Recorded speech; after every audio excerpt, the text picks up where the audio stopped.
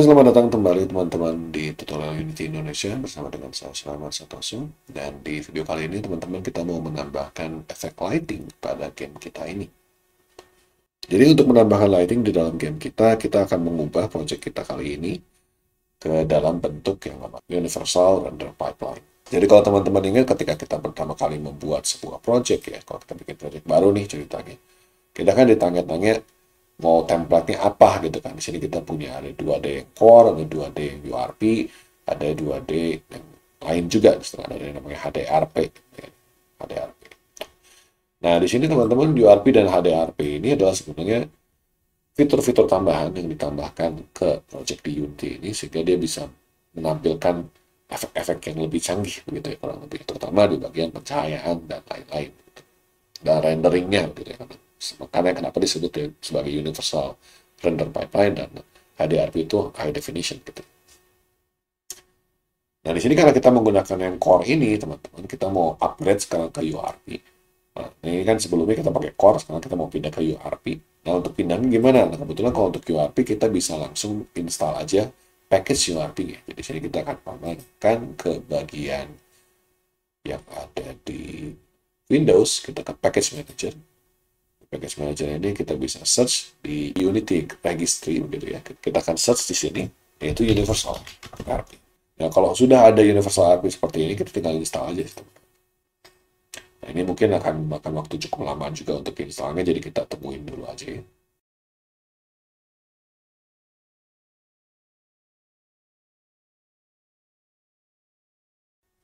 Oke, nah ini kita sudah melakukan restart dari editor kita nih ya.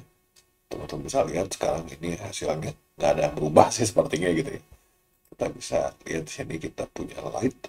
Saat ini light yang kita punya itu hanya ada directional light, point light, spotlight, area light, reflection, dan light bulb. Nah, ini adalah standar lighting yang ada di core, teman-teman. Ini bukan standar lighting yang ada di URP. Jadi nanti kalau di URP kita ada tambahan lighting lagi.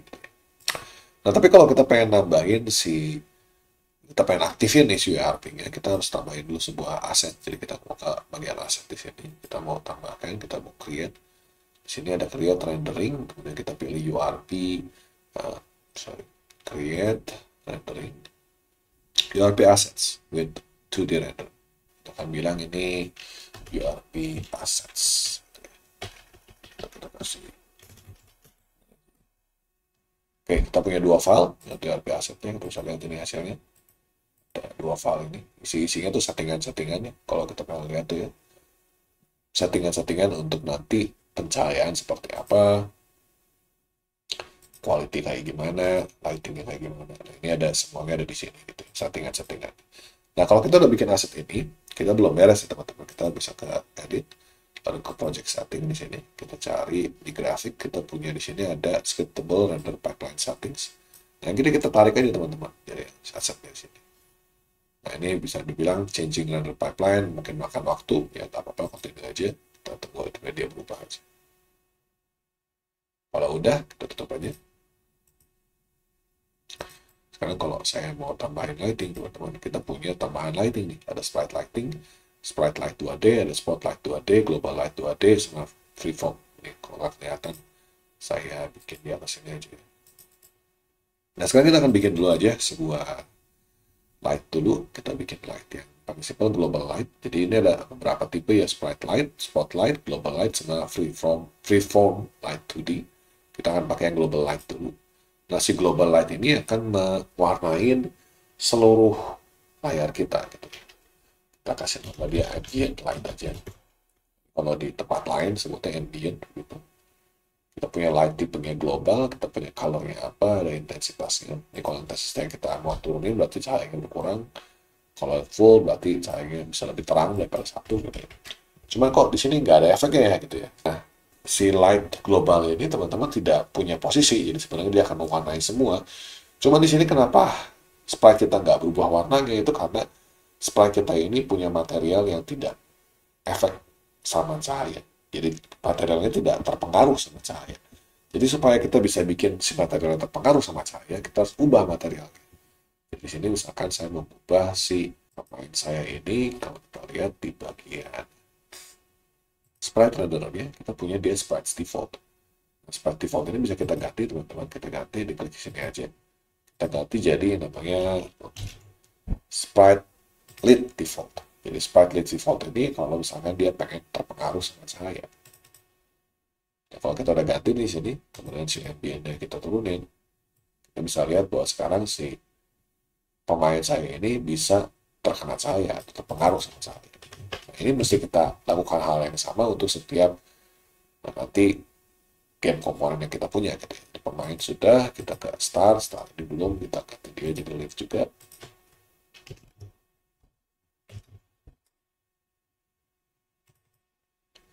Kita juga ganti kita ke item. Si item ini kan sebenarnya isinya itu diamond. Diamond ini kalau kita lihat prefabnya, dia itu ada materialnya. Kita tinggal ubah aja material di sini. Sparkly default, kita save. Baru kita keluar. Oke. Untuk enemies juga sama, kita masukkan dalam enemies, kemudian kita ubah jadi sprites yang lead. Oke, kita save. Sini kita bisa apply itu semua musuh gitu ya. Jadi tadi kalau yang pertama diamond itu kita masuk dulu ke prefabnya, kita ubah. Kalau untuk enemy ini kita ubah di sini lalu kita apply ke semua prefab. Gitu ya. Jadi mirip sih sebenarnya. Portal kita biarin aja, kita nggak pengen si portal kita ini bisa. Nah kalau udah kita ubah si diamond, kita udah ubah si musuhnya, sekarang kita ubah tile mapnya ya. Jadi kita klik di tile mapnya kita, di create tile map. Di tile map kita ini kita punya materials. Nah, di sini materialsnya teman-teman, kita bisa ubah materialsnya di sini menggunakan sprite default yang tadi ya. Nah sekarang jadinya semua bagian dari game kita ini sudah bisa, kecuali portal ya, terkena cahaya. Jadi kalau kita turunkan intensitasnya, kita bisa lihat semuanya jadi gelap. Gitu. Jadi kita akan set aja si intensitas ini jadi 3 supaya cukup gelap gitu ya. Nah kalau udah gelap seperti ini teman-teman, kita bisa tambahkan cahaya yang lain. Jadi ini cahaya ini kan untuk semua, kita bisa tambahkan tipe cahaya yang lain. Di sini saya akan tambahkan di pemain kita aja. Kita akan add sebuah light. Kita punya ada sprite light 2D, spotlight 2D, global light yang tadi ya, kita punya freeform light 2D. Kita pakai yang spotlight dulu deh. Nah ini adalah spotlight 2D. Spotlight 2D ini punya lingkaran kuning, itu menyatakan besarnya si cahaya ini. Kita bisa ubah radiusnya kayak begini. Kita juga bisa ubah apakah dia mau full satu lingkaran atau kita pengen supaya dia ini bisa ada sudutnya gitu ya. Kayak begitu. Ini bisa kita atur. Pengaturan di sini juga bisa kita ubah di sini. Jadi ini untuk radius dan inner outer spot. Jadi radius ini adalah besarnya ya. Ini ada outer radius, ada inner radius. Ini bisa kita atur sesukanya aja. Juga punya form of strength. Jadi ini seberapa cepat si cahayanya ini memudar gitu ya, semakin jauh dari pusatnya. Ini warnanya kita bisa ubah warna sebenarnya kalau kita pengen warna yang aneh-aneh gitu ya. Cuma biasanya putih aja deh. Kita punya blending di sini. Blending itu bisa kayak layer Photoshop ya. Kita bisa multiply, bisa aditif. Kalau aditif berarti nambah warna. Kalau multiply berarti dikalikan begitu. Kita juga bisa tambahkan shadow di sini. Kalau kita tambahkan sekarang shadow-nya, kita bisa lihat tidak terjadi apa-apa ya. Tidak ada shadow sama sekali. Kalau kita gerakin misalkan isi light 2D ini, kita bisa jalan-jalan, tapi tidak ada bayangan sama sekali. Kenapa tidak ada bayangan? Karena ternyata kalau untuk kita pengen menghasilkan sebuah bayangan, kita perlu tambahan komponen. Jadi misalkan di dalam si musuh ini nih, enemy sini, saya pengen tambah sebuah bayangan, maka saya enemy sini, khususnya prefabnya ya, kita bisa tambahkan sebuah komponen baru, namanya Shadowcaster 2D. Nah begitu saya tambahkan Shadowcaster 2D, teman-teman bisa lihat bahwa di sini kita punya bayangan. Jadi kalau misalkan saya gerakin light 2D-nya, teman-teman bisa lihat di bayangannya kayak begini. Nah kenapa bayangannya bentuknya kayak begitu? Nah ini disebabkan karena kita punya di dalam si enemies kita ini, kalau di dalam Shadowcaster 2D komponennya kita punya shape. Nah shape ini yang menentukan nanti besar daripada si bayangannya kayak gimana bentuk bayangan. Jadi kalau kita klik shaded shape ini, kita bisa ubah shape-nya seperti apa. Defaultnya kotak, tapi kita bisa ubah misalnya kita pengen supaya shadow-nya kayak begini deh, misalkan masuk ke dalam. Nah ini teman-teman bisa bikin lebih akurat, misalkan tambahin aja titik-titiknya sesuai dengan kebutuhan masing-masing gitu ya.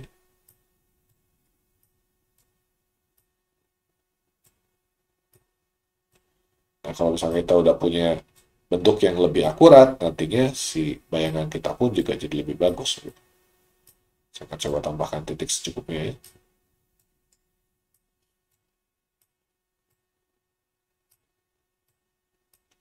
Misalkan aja, misalkan kita punya bentuk kayak begini. Nah kalau bentuknya udah kayak begini, berarti sekarang kalau misalkan saya mau gerakan saya nih, kita akan punya bentuk yang lebih bagus sedikit, gitu. Lebih rapi.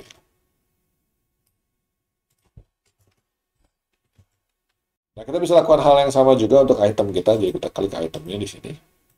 Kita bisa, oh namanya by the way harus di override dulu ya, supaya semua prefab jadi punya shadowcaster, atau kalau teman-teman nggak mau caranya seperti itu, berarti kita masuk ke diamond, kita masuk dulu ke dalam si prefabnya, baru kita tambahkan di sini sebuah shadowcaster. Nah, kalau udah kayak begini, kita nggak perlu lagi override, karena berarti semua prefab dari diamond sudah punya shadowcaster. Nah, cuman shadowcasternya masih default nih, kotak tadi ya. Jadi kita bisa ubah, kita bisa edit shape-nya. Nah, yang ini karena kebetulan 4 titik juga ya, bisa kita ubah aja ya, 4 titiknya sesuaikan aja dengan 4 titik yang ada pada diamond kita. Nah, kalau udah tinggal save aja, kita keluar. Sekarang kalau kita cek, di sini kita punya bayangan yang sudah sesuai dengan bentuk. Dan kalau kita play,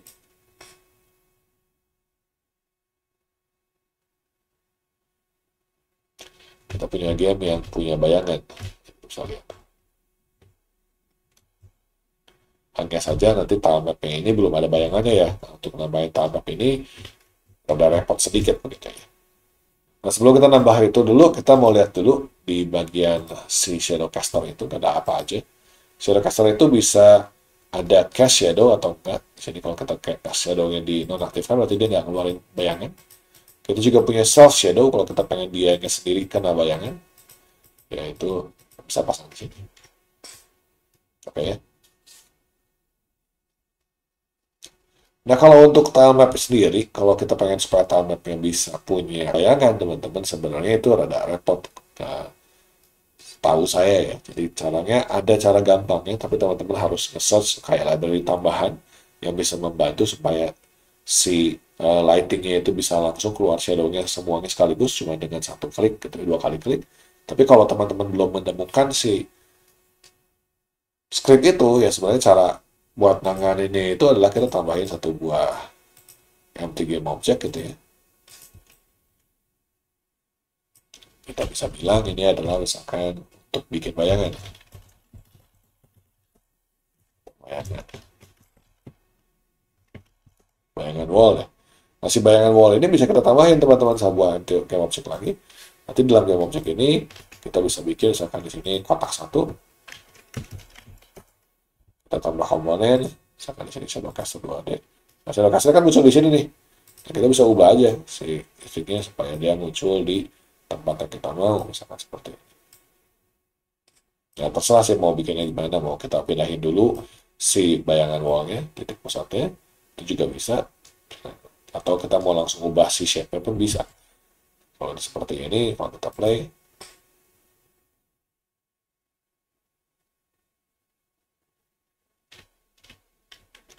kita bisa lihat si kotak ini sekarang sudah punya bayangan, walaupun kotak yang lain belum punya bayangan.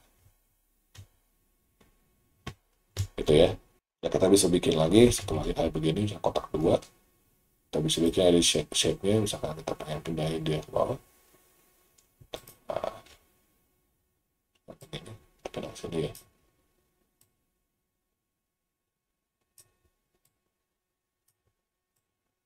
Seperti ini. Sekarang kalau saya play, masih di press ini. Kita punya bayangan, kita juga bisa punya bayangan untuk yang kedua ini. Jadi kita harus nambahinnya si bayangannya ini ya manual gitu teman-teman. Kalau nggak seperti ini caranya. Ada cara yang lain yaitu seperti yang tadi saya bilang, teman-teman bisa nyari library tambahan buat langsung mengubah si tilemap ini supaya punya penghalang cahaya gitu ya. Atau kalau misalkan teman-teman bikin dia sebagai prefab, ya prefabnya tinggal ditambahin aja shadowcaster, sudah bisa keluar cahaya. Oke, aku rasa cukup dulu untuk pengenalan penggunaan light 2 dimensi di Unity. Semoga bermanfaat buat teman-teman sekalian. Kita ketemu lagi di video-video mendatang. Terima kasih banyak atas perhatiannya.